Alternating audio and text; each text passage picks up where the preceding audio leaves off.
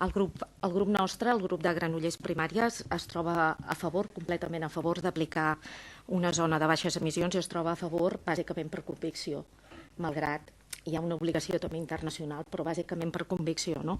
Per tal de combatre la contaminació i les incidències associades al canvi climàtic.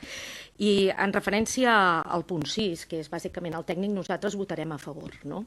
Però en referència del punt 7, que és l'aprovació inicial de l'ordenança, nosaltres ens abstindrem. I voldria una mica comentar els dos incisos amb el motiu en el qual en aquest altre punt, en el 7, ens abstenim, no? Bàsicament ens abstenim perquè, malgrat se'ns ha informat, a la comissió informativa s'ha fet una sessió en aquest mateix sala de plenari, no ho hem debatut amb els grups de l'oposició, no s'ha debatut. Tot i que nosaltres hem fet algunes aportacions de forma pública, per exemple, no ens hem assegut a parlar-ne ni si aquestes aportacions serien viables o serien convenients incorporar-les en aquesta futura ordenança que està en un projecte inicial. En concret, volem incidir en dos temes. Un, en la difusió d'aquesta ordenança a la població i en la corresponsabilitat de la població. Ja en el segon semestre de l'any 2019, el nostre grup va presentar una moció en aquest plenari que demanava implementar una prova pilot per a instal·lar panells informatius digitals als carrers que informessin en aquell moment de l'agenda cultural de forma setmanal i que incorporessin, els llegeixo textualment les paraules de l'acord que volia ser aprovat, de forma addicional en el seu encapçalament, informació rellevant per la ciutadania com l'hora actual, temperatura atmosfèrica i nivells de qualitat de l'aire actualitzats.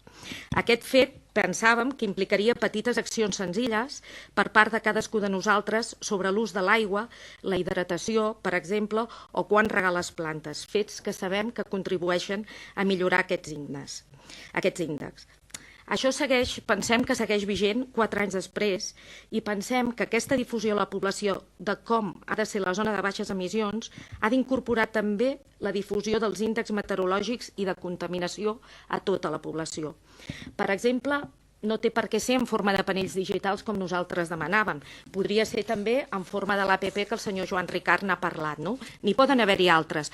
Però és molt important que, a part d'informar en aquest tema, que és tan important, també fer corresponsable a la població, no només a l'administració, de les mesures que caldrà prendre a cada moment. I pensem que això s'ha d'incorporar en la futura ordenança.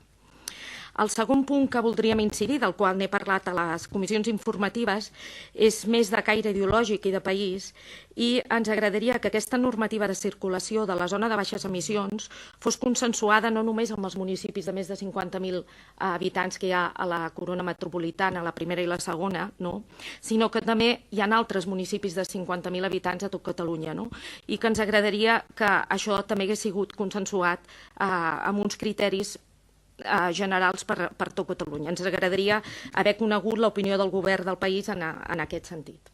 Moltes gràcies. Granollers Primàries.